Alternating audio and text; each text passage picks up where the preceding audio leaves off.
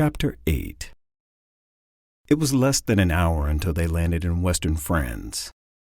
The canopy of rolling clouds looked solid from above.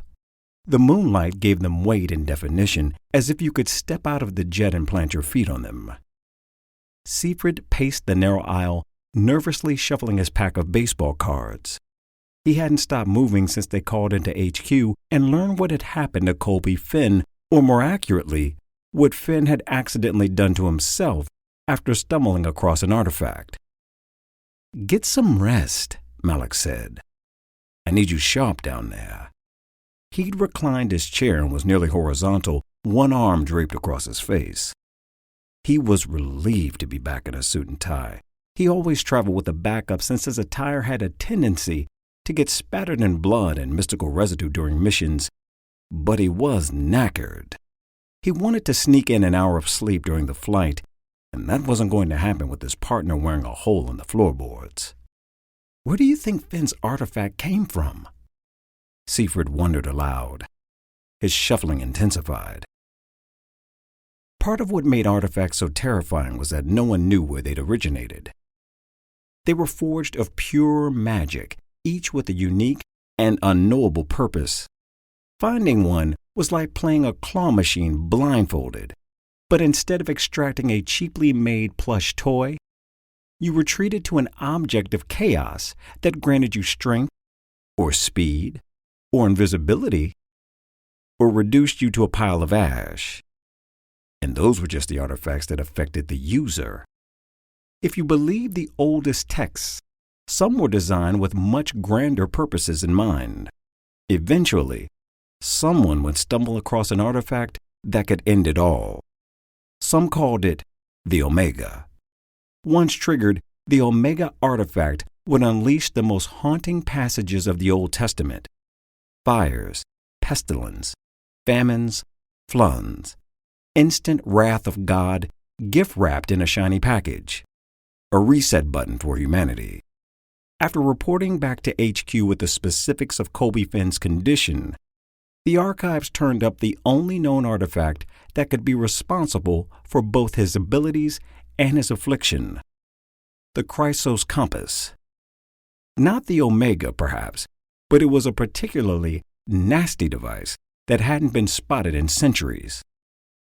The reality that artifacts even existed was enough to keep Malik awake at night, too, but a more mind-bending question was this: who forged them? Who created these ancient weapons of mass destruction only to leave them strewn about with no instruction manuals? It wasn't just an act of negligence. It was sociopathic. Why not toss a crate of AK-47s into a chimpanzee enclosure and see how well that scenario plays out? That was what they'd done, whomever they were. For lack of a better moniker, the creators had been dubbed the Old Ones by ancient Sumerian texts recovered during the Gulf War. It was a start, but details were vague and the volumes were incomplete. It left a lot open to interpretation. There was no point in waxing on about it with Siegfried, though that's the discussion he seemed to be steering towards. It was a dead end, since every debate about the Old Ones eventually disintegrated into the abstract. Much like the Big Bang Theory, you could drive yourself mad trying to think backward through various scenarios of existence. If the universe was created 13 billion years ago and expanded from the size of a baseball, what came before the baseball? And who created the baseball in the first place? And was there another universe before this one? These were thought experiments best reserved for college philosophy students spending a night in a haze of bong vapor. The motivations of the Old Ones were as unknowable as the artifacts themselves. They did seem to be fond of irony, though. They punished transgressors by building deadly paradoxes into their creations, like Trojan horses woven seamlessly into benign applications. Greed was as old as time itself, and the Chrysos Compass was designed to punish one of the original sins. According to Father Division archives, the compass gifted its owner the ability to track gold anywhere on Earth, just as the text had described. a mystical roadmap to all the riches a heart could desire, along with a few defensive capabilities as evidenced by the bloodbath Malik and Seifert had witnessed back in the Dominican. The trade-off? The freshly cursed compass owner was doomed to ingest all the gold they found in order to stave off a painful death. Finn was ready to murder anyone who got between himself and the next serving of gold. It was a spree that would lead to incalculable damage. Maybe the compass was Omega level after all, or could be left unchecked. "We'll never find out where the compass came from," Malik groaned. "Maybe it was the old ones. Maybe it came from the other side of the rift. Maybe some sodding aliens brought it from outer space. Who knows?" Seifert stopped pacing and pocketed his deck of cards. "Do you think the agency will reward us when we recover it? Maybe we should go over Cho's head, take it directly to the Oval Office. That could buy us some credibility." Funny. Realizing he wasn't going to get a wink of sleep on this flight, Malik brought his chair to an upright position. "What's so wrong with that? Once we get a hold of the compass, we just—" "No," Malik interrupted. He stood and blocked the aisle. "We'll bring in Finn, alive if possible, but we're not touching the artifact. We're going to smash it into 1,000,000 pieces before it does any more damage." Seifert stared at Malik, wide-eyed and incredulous. "You've got to be shitting me. Artifacts are priceless. No one destroys them." "You haven't been paying attention, John. Artifacts aren't trophies to be put on display, and they're not toys to be tinkered with. They're plagues. I've seen some of these artifacts, and they're things "I know," Seifert shouted. "You've told me things I wouldn't ever recover from, because in your vast 6 months of experience more than I have, you've seen it all, right?" Malik raked his fingers through his thicket of dark hair. "Look," he said, leveling off his voice. "If you think my experience with magic began the moment the CIA conscripted me, you don't know the first thing about me." Seifert stared back, eyes like cold marble. "I know you were a collector." Malik's lips parted, but nothing came out. It was a rare occasion when he was at a loss for words. "What? You think you're the only one who steals files?" Seifert scoffed. "I know you spent years digging for artifacts.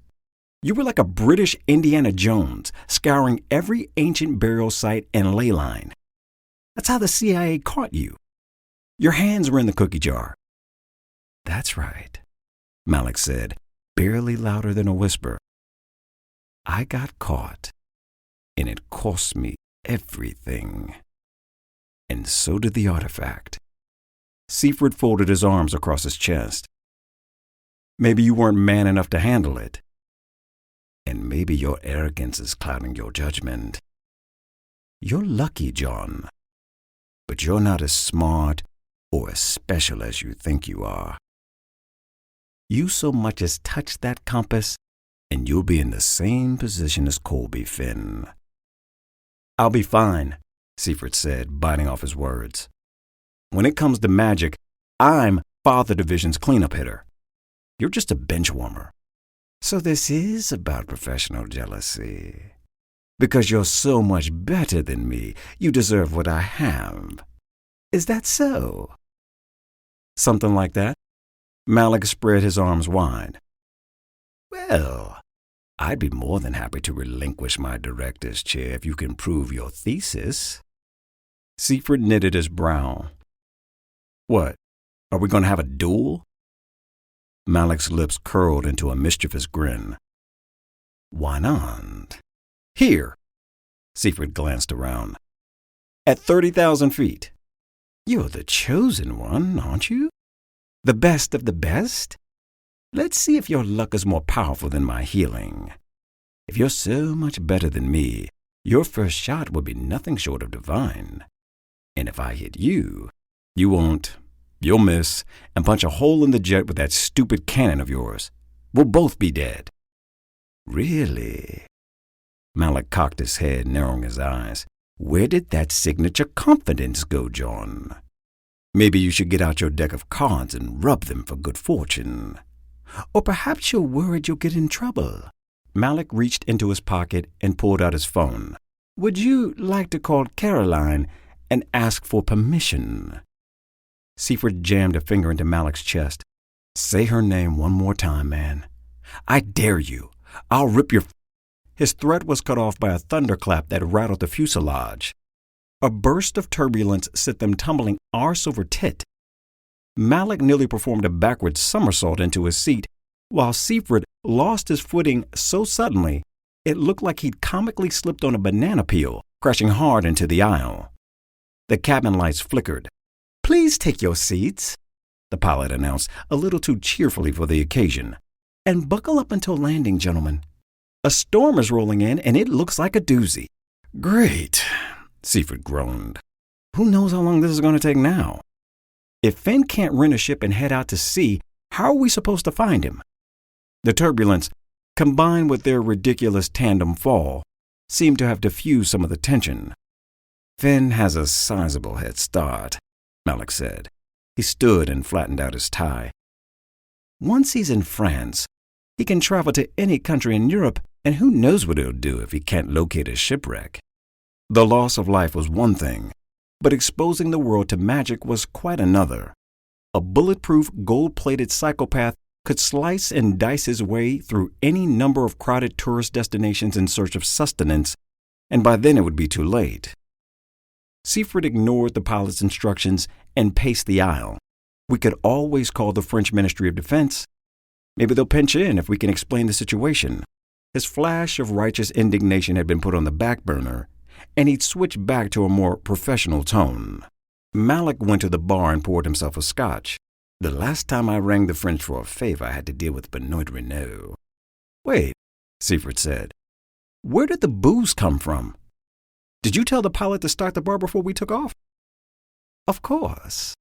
Another jolt of turbulence shook the plane, and the crystal decanter clinked Malik's cup as he poured. I like to plan ahead. Sometimes a quick phone call can yield positive results, but it won't with Renault. France had been a hotbed of magical activity going back to the Middle Ages, and their Ministry of Magical Defense, Ministère de la Défense de la Magie, or MDM, had been around longer than the French Foreign Legion. They were Eurocentric to a fault, rarely venturing outside the Schengen zone. Renault had been their director for decades, and to call him a curmudgeon would have been an understatement. He considered Americans violent and vulgar, constantly using diplomatic tensions of years past to justify current decisions. Malik's last conversation with Renault had quickly deteriorated into a shouting match when he suggested the French director surrender classified documents. When Renault refused, Malik remarked that the French were accustomed to surrendering to superior nations, so this shouldn't be a difficult task. They hadn't spoken since. Malik shook his head. I have a feeling we won't be greeted as heroes by the MDM. I suggest we take care of business quickly and leave before they're alerted to our presence. Damn it! Seifert hammered an overhead bin with his fist, denting it. This jackass isn't some heavy hitter smashing balls out of the park. Finn is Bush League. He's a AAA player at best. Malik drained his crystal tumbler with a satisfying gulp. You're correct. He's not exactly a master tactician. That's what he assumed Seifert was getting at anyway. He was having a hard time keeping up with the American sports references. I don't know how Finn is still standing, Seifert grumbled. The guy drinks more than you do, and he looks like he's one cheeseburger away from a heart attack. How does he have the stamina for this? Or the willpower? Malik was about to finish off the scotch, but stopped mid-pour. Colby Finn hadn't lost his mind, but he was certainly acting out of character, especially when it came to his comfort level with violence. By all accounts, he'd been a shiftless layabout before unearthing an artifact, more interested in flinging colored beads at topless sorority girls than going on a killing spree. Once the Chrysos compass had taken hold, he'd become obsessed. No one so single-minded would be making rational decisions. He's going to give in to his basest instincts, Malik said. Which means if he can't go out to sea, he'll get desperate, and desperation leads to stupidity. He won't have the presence of mind to leave the country. He'll strike somewhere nearby. Seaford pulled his phone from his pocket. I'll search the area around the landing strip for the most likely targets. The sky is still bulletproof, though. We'll need a plan. Malik glanced at his gold watch. We have 45 minutes until landing. I'm sure we can come up with something.